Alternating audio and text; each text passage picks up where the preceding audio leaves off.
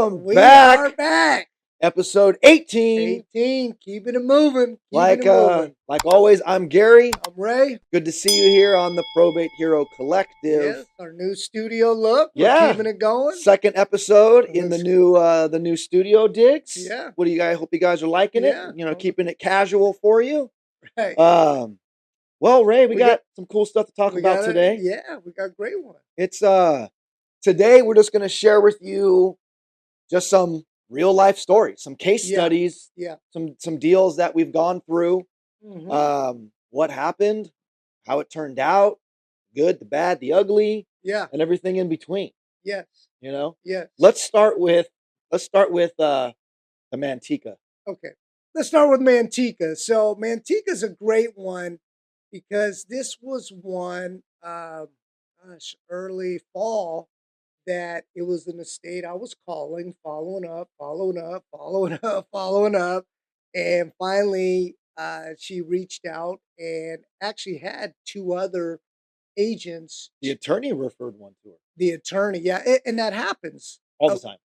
A lot of times these estates, they're going to have, when they file, if they do have an attorney, the attorney's always going to have their handful of agents that they want to refer. That they've worked with. And a lot of times the estate will just follow their attorney's lead. However, it's the estate's choice who they want to use as an agent. And this particular personal representative did get a few referrals, and it just, for whatever reason, she wasn't comfortable and liked the fact that we were following up. She reached out and we had a great conversation. We ended up getting the listing. Well, she said what the differentiating moment was you and I immediately jumped into action. 100%. And the other agent was kind of slow on the ball, and we jumped right in. The very same day that we got on the phone with her and had stuff happening. Well, you demonstrated what you said you were going to do, and you did what you said, right? So, and that's key. Yeah. It's timing. We had the carpeting guy lined up the same day, the painter, a new lawn guy. Those are all things that as you always said, these are resources that provided, and it was right there. And she liked that fact.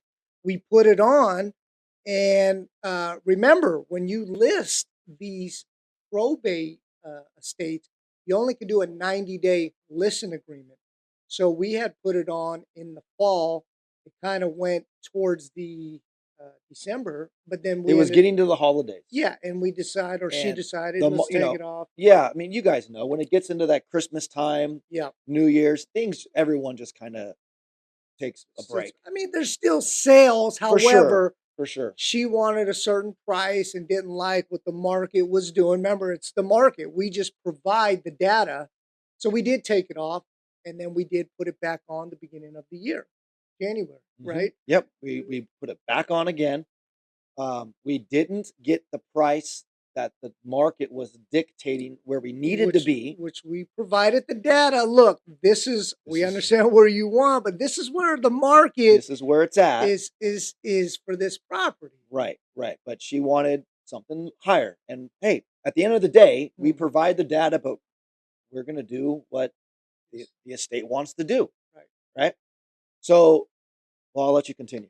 Well, I mean, we could both jump in, but the bottom line is there was one identical to this property that ended up selling about a month and a half into the listing. It was a probate, same exact floor plan, and it sold for like $20K less. Well, it was closer to the number that we were. It was 100% where we advised to go on in the beginning, and this was another validation. One just sold. It was another probate in the same neighborhood around the corner. Same model, everything. And that was still a little bit of that one's, so we had to navigate through that because there was still resistance to adjust the price. Right. And so as we were going through it, if you want to jump in, kind of the pricing, I mean, that just was something that we couldn't get to a point to where we were all on the same page and we saw eye to eye. Ray and I were following the market data. As and we always do. which is what we do. And our client was looking at the market data, but then also looking at things that weren't necessarily comparable to the property that we were selling. Well, should we add what the estate wanted us to do to get the Well, they 20,000 wanted us to send postcards, which we ended up doing. of course. We ended up did doing. it. We did it for the estate. Again, we're trying to do everything we can to help the estate realize their goal. Even though we know postcards aren't going to really do anything. We would have had a funner time putting $100 bills right here in the trash can and burning it. That's basically what we did. But again, we did it for our client because we wanted to do the best job that we can for our client. So we did that. And then still no. And here's the other thing that we should probably mention. There is zero activity. Zero activity. The only activity that we're getting is from when I'm scheduling open houses and I'm promoting the open houses. Well, you could do all the song and dance you want, a live band at the property, but it always is going to fall to price. Right. And that's what we were explaining. It was price. But then another thing she thought, well, maybe you guys should do this. Are you trying to get me to say the wine and cheese? You can say it. So she wanted us to do, well, you should do maybe wine and cheese and have breakfast burritos and get all the agents there because that's what's going to get somebody to come see it and see the value. And we're looking like wine and cheese, breakfast burritos. So we thought, well, we're not doing that because it is the price. But yeah, so I mean, I would show up to a property if an agent was offering wine and cheese and breakfast burritos. Doesn't necessarily mean I'm bringing a buyer, though. I'm coming to eat your cheese and if you breakfast offer burritos. Free food to real tours, you're going to have a packed house. You're going to have a packed house. 100%. But the listing is set or was set to expire in the next, we probably had maybe a week left.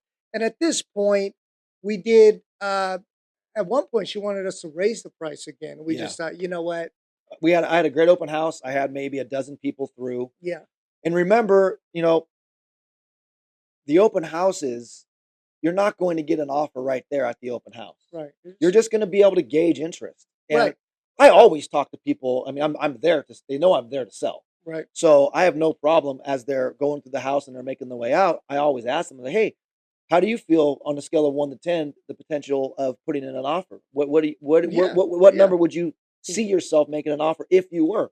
And I always get feedback from that. That's our job. But I was getting responses like, well, it's not really for us.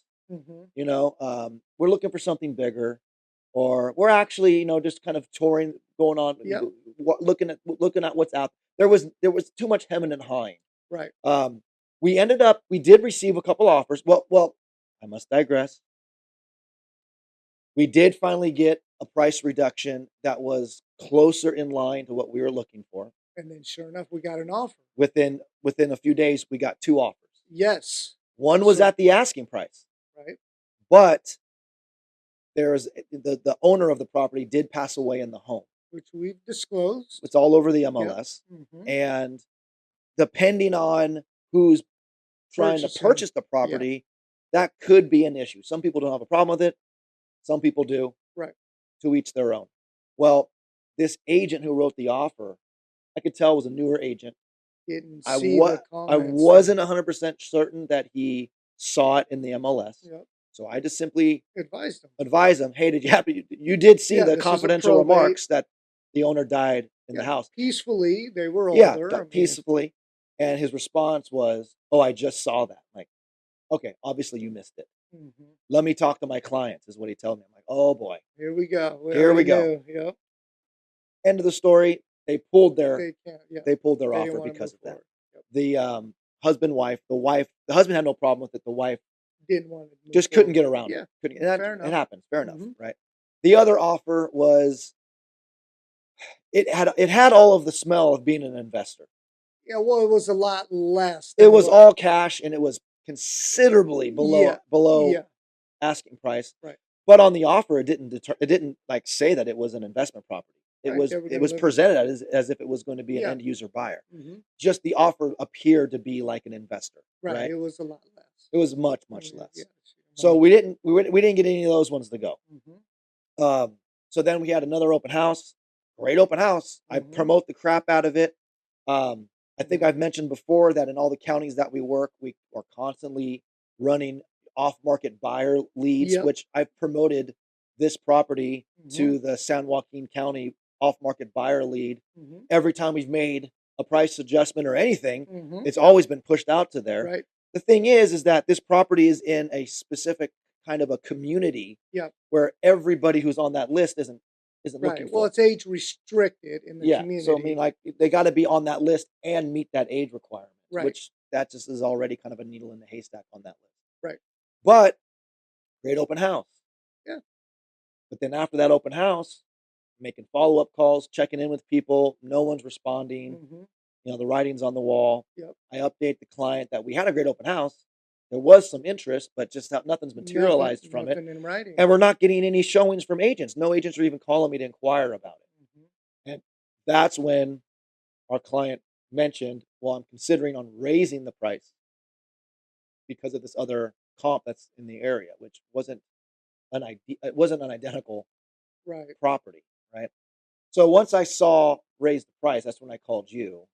Well, we both were in agreement that as the listing is set to expire, we were just going to give the listing back. Yeah, we weren't going to relist it.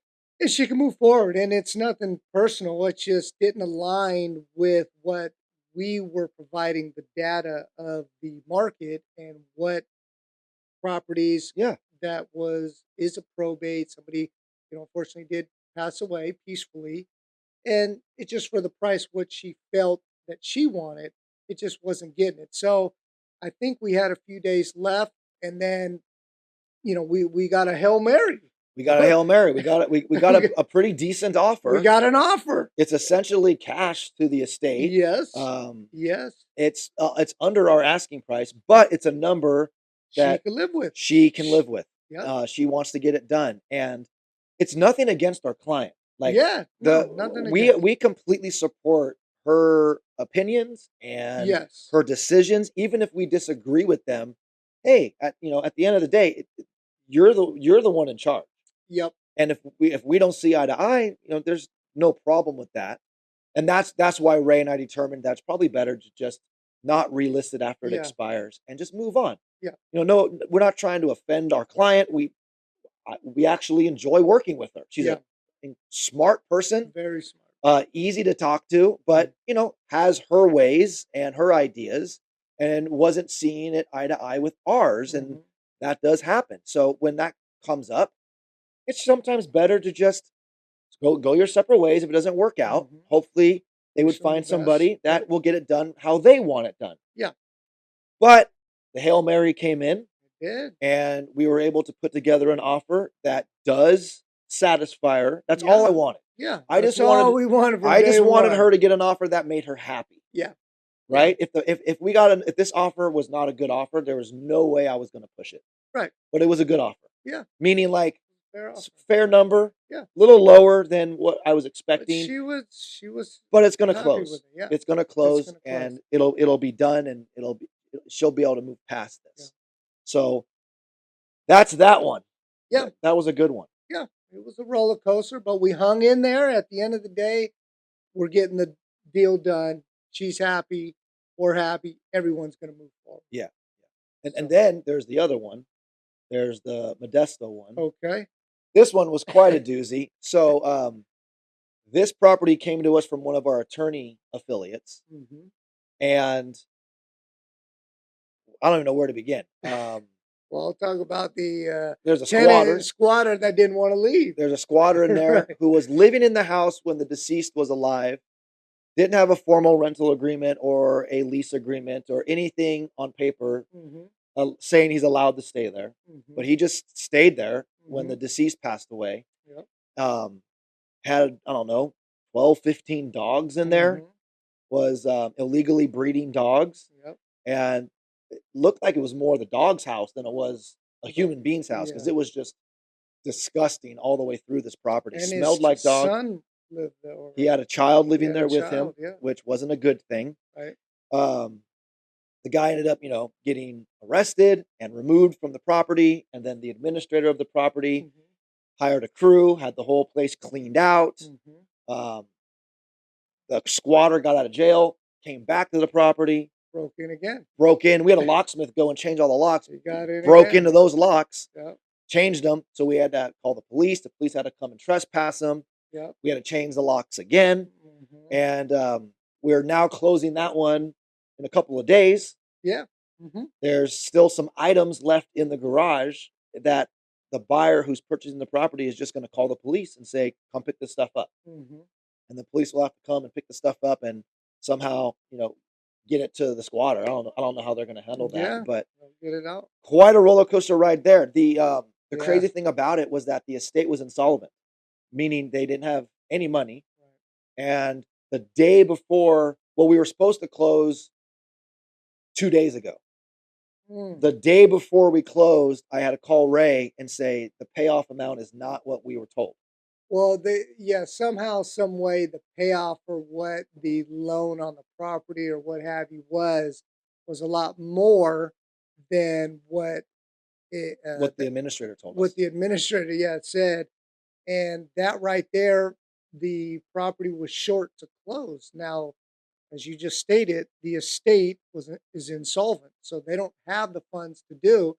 So now that goes back to the buyer. And the buyer's like, well, what are you talking about? I had to call the buyer and say, who really wants the property? He really wants it. But he's an investor. He's buying it to hold and rent it out. Ray and I actually looked at this property as a potential flip. But at that time, there wasn't going to be a way, when we were thinking of the initial payoff amount, there wasn't going to be a way to make it a win-win for us, a win for the estate. Yeah. We weren't going to be able to do that. So I spun it over to one of our investors who buys and holds, who can pay more. He paid the asking price. Which he paid what the estate was willing to sell the property for. Right, exactly. But then we get to this day where we find out that the payoff amount was considerably higher. Right. And I had to call curveball. It was quite the curveball. I had to call the buyer and explain, to close the deal, you got to come up with another $25,000. Which they weren't happy about. And that's how I started the phone call. I said, you're not going to be happy with this. Right? And he wasn't, of course he was mad. He wasn't mad at us, but it was just one of those unfortunate things. And he wasn't going to be able to do it. He really wanted the house. And I told him, I said, if you don't want to do it, I'm just going to have to put it back on the market and sell it to somebody else. But he didn't want that to happen. Right. So Ray and I made a concession, and we took less on our commission to bring that number down from 25,000 to 16,500. Yep. Now he's okay with that. And he wired the money the next day. Well, to make the deal work, sometimes you got to navigate through this. Like you said, this is a client. So even though our concessions are really not even on the table, however, we do what needs to be done, which is fair for all parties. Right. The estate needed it sold, but they had no money. Right. The investor wanted to buy it, but wasn't going to come up with wasn't going to put up. Well, it was a client that he's a client worked with in the past. So that was why that executive decision was made, to contribute to make the numbers work and move forward. So everybody can move forward. And sometimes this is how it goes. All right. You just have to navigate and pivot and make what you need to happen for the deal to go through. And that's how this one went. Yeah, that's right. If we were to stick to our guns and be sticklers on our commission, we'd be potentially earning 100% of nothing, because the deal was going to fall out. Yeah. So it's like, do we really want to put it back on the market? The estate wants to get it sold. They wanted it. So that was the main thing. The estate wanted it sold ASAP. And that's why I was like, well, you know what? Let's just take less. They satisfy them. They needed to cut their ties with this potential squatter coming back, even though he's been trespassed. Yeah, they want to be done with it. They wanted to be done with it. So we just made that executive decision. Let's just contribute some of our commission to it to make it work for everybody. And that's what ended up happening. We made it work for everybody. Right. And That's just another example of how these deals can go. And you got to keep in mind, right? This is just one property. You want to get it done for the estate over and above everything, even over and above your commission. Right. Get it done for the estate, that just so they can move on.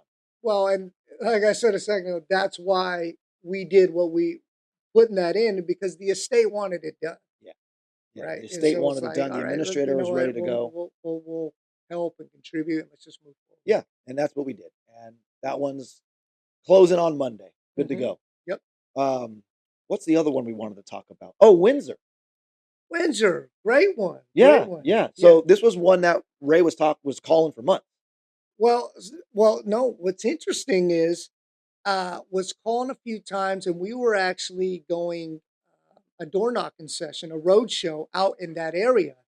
So tried again. Actually got on the phone with the estate, and oh no, I'm good. I've already got somebody. Oh really? So I was just asking more questions. This, that, and she, and I could tell the agent really didn't know probate. And I said, well, we're going to be out there. Would it be okay if we stop by and say hello? And which we did. So we went out there that day, knocked on the door. We had a great conversation. She felt the trust, liked us. We ended up getting that deal. Well, the reason why we got the deal, and you've already mentioned this, we were able to offer a solution to a problem that nobody else could solve for her. Well, see, it was asking those extra layer questions. Well, what do you want to do?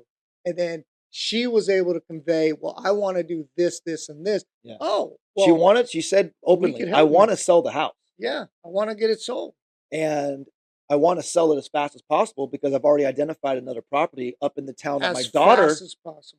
Yeah, as fast as possible, because I've already identified a property up by my daughter that I want to buy before someone else does. Yep. I can't sell this house and then wait until the end of probate to get my inheritance to buy the house, because 2 reasons.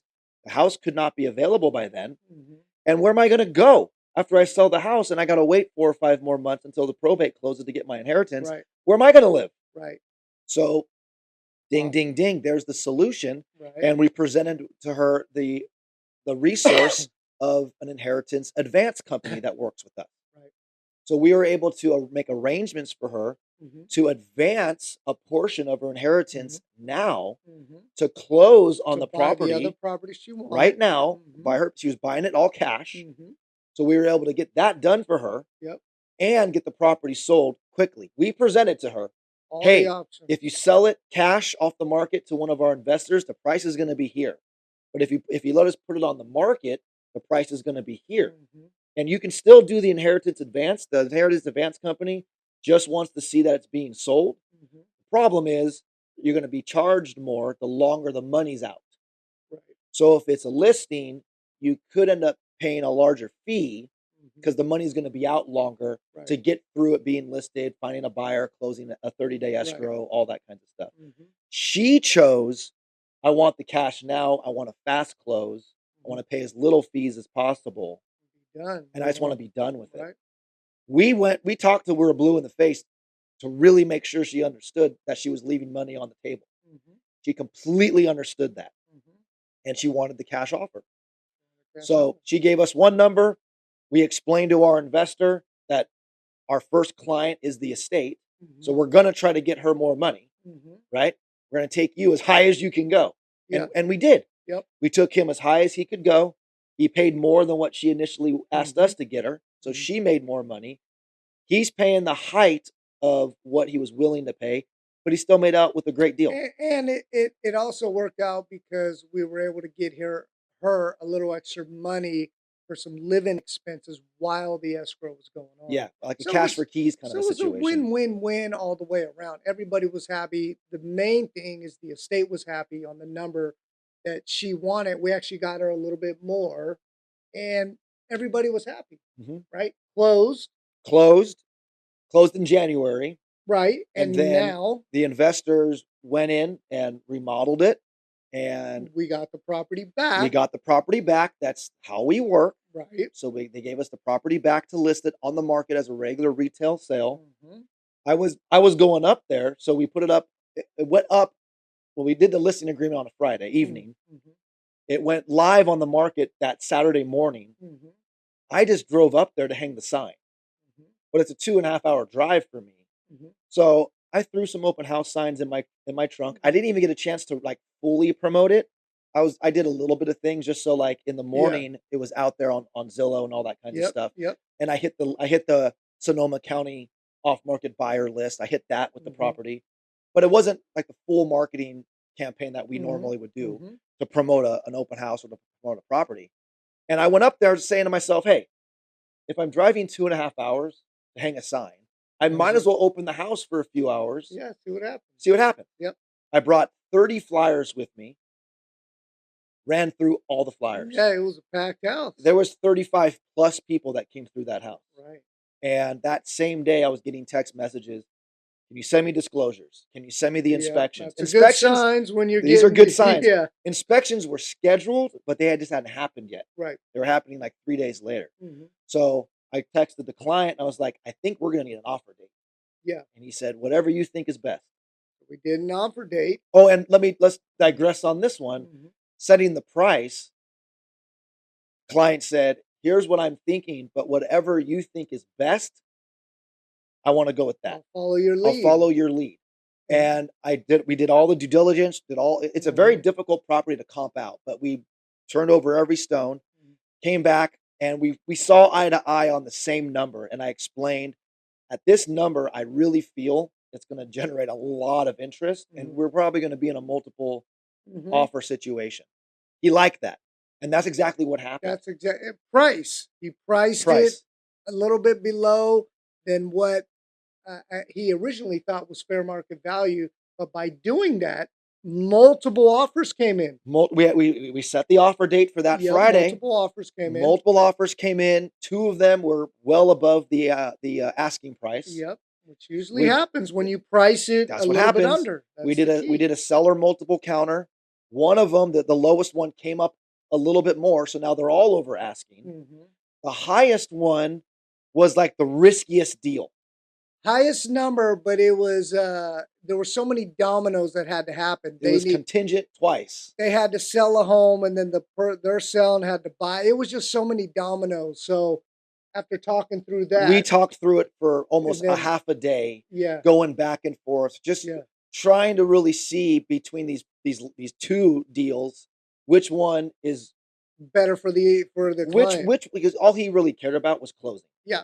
It wasn't a huge, but it was a little bit. It was the second highest, but it was the less contingency. There was none, and all the terms are basically the same. Everyone waived all their contingencies, but there were, in the highest offer, there were some like timelines that didn't make sense. Well, they had to sell the buyers had to sell, and it was just so many dominoes, and it just.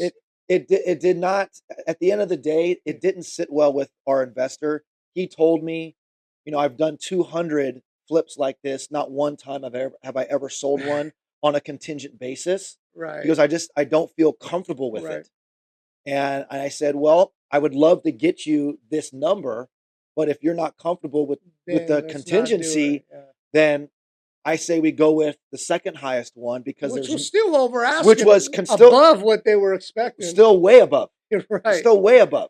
So he was like, yeah, let's go with that one, and because it's a slam dunk, that it's gonna close. It'll appraise and it'll close. Let's just go with the slam dunk. Done. That's what we did. And I said, great. In escrow now, and here we go. That one's in escrow now, and that one's closing, and we have a few other properties to bring their way that we'll probably just repeat this process again. So. To the investors that are watching this, maybe you want to flip probates with us somewhere in California or anywhere in California, right? We're asked all the time. Hey, I would love to, work with you. Send me what you got. Send me. I'd love to do a deal with you. Send me a deal.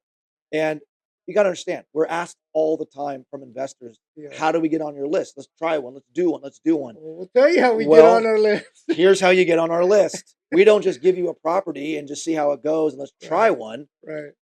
Give us a listing. Give us a listing you're flipping. Give us one of your flips. We'll list it for you. That's how you get on the list. Right. And then we will reciprocate with you. Oh, you'll make it up and then some. It's a universal law, the law of reciprocation, right? Yeah. So you want to get on our list, we'd be happy to give you a shot. Give us one of your flip listings. We'll list it. We'll sell it. We'll learn how we work together. And then we'll start bringing you properties. That's how you get on the list. There we go. Good point. Yep. All right. Any other case studies that we have to talk about? I think those were the 3 main ones that we can do a very transparent deep dive, just so the viewers get a understanding of how this business is. There's never a deal that's the same in most cases. And no deal's perfect. No deal's perfect. There's going to be ups. There's going to be downs. There's going to be things you have to pivot, adapt, and you just do, what always is best for the estate. And, you make sure it's a win-win all the way around. And I think that's. I'm just going to piggyback on, because we keep saying always do what's best for the estate. Always do what's best for the estate. Yeah, the reason why we say that is it's another universal law. Yeah. Well, that's why they're hiring you, because you're doing what's best for them. Exactly. And it's that good karma. And going back to that Modesto property where we ended up taking less of a fee, we could have been sticklers. We could have been like, no, we're not doing this. Let's go back on market. And then it's just dragging it out for the estate. Right? They want it done. The administrator is out of the state. Right. The family of the deceased is way out of the area. They just want to get it done. Well, and good point, because if that situation was where the estate didn't need the money and they said, let's go back on the market, then that's what we would have did. But in this situation, the estate, they were insolvent. They wanted it done. So we felt it was in their best interest for us. You know what? Let's just take less. Let's make the numbers work and let's move forward. Everyone moves forward. Everyone moves forward. So sometimes you will most likely be in this situation where to get the deal closed, you may have to take less. I don't suggest taking less going in. No, 100% no. Because you got to get paid for your job. This was not an easy deal. Well, you've been working 3, 6 months, 8 months, whatever it is, and you haven't even got paid. So you have to show your worth and get paid up front. And then on the back end, again, it's not something we ever do for most cases, but to make the situation, the deal work for the estate, sometimes, as we're advising this, it's an art. You gotta finesse and do what's best for the estate. And sometimes that's how it plays out. And you just move forward. So be it. I feel good about it because we feel great. The did a great job for the estate. They're happy. The deal's going to close, and everybody gets to move on. So we took less. I still feel great about it. We move on to the next one. Well, and again, if you're doing this business, that's just one deal. There's other deals in the pipeline. But if you're, holding on to that deal, they're going to sense that. So if you want these type of properties and transactions and deals, they're out there. It's a process to this, right? Yeah, that's how it goes. That's how it goes. All right. All right. Pretty good episode. Yep. Subscribe. Make sure you subscribe. Make sure you're notified when the next episodes come up. Yep. And just to mention, we mentioned this on the last episode. Ray and I are hiring. We're hiring. Yeah. And, if you want to break in the probate, here's what you got to understand. The current business that you work, however you get your real estate business now, maybe you work expired, FSBOs, just list is just sold. You work with buyers. You could farm. Whatever you do now to get business, keep that going. None of that changes. Right. Business as usual, but we're hiring. You can come work directly with us. We will directly train you and coach you on probates to add this to your business. A consistent source of leads every single week. Every week. How to work them, how to use our system. Yep. We will work with you live on the deals. So if you connect with somebody, it's not going to just fail away because of lack of your experience. Right. We will partner with you on it and get you the deal and help you get that deal closed. Yep. So you're earning while you're learning. So reach out to us. We're excited to interview you. We're not just bringing on anybody. Yeah, you got to be motivated, hungry, and be willing to put the time in. Yeah, we're looking to duplicate ourselves. Yeah. And if you feel like you have the basic skill sets that we can fine tune for you and turn you into a probate hero, we're going to do that. You just have to take the first step. Let us know that you want to have a conversation about what it would look like partnering with us and coming over, and we'll have that discussion with you. Well, great episode. Yeah, good one. Be on the lookout for the diamond farming probate training system. We're rolling out the 2.0 version of it that was started by my father 25 years ago. Proven system. The link will be in the show notes or whatever they're called. Yeah, they'll see it. But you'll see the link down there. We have a free download for you. That's our probate real estate playbook. It's a jumping off point to get you started on actionable steps of what you can start doing now. But it's free. Just click on it, go and download it. There you go. And let us know you downloaded it. Let us know that you are starting to educate yourself on these first steps to add probate to your business, and let us help you. There you go. All right. All right. As always, I'm Gary. I'm Ray. And this has been the Probate Hero Collective. We'll see you on the next one.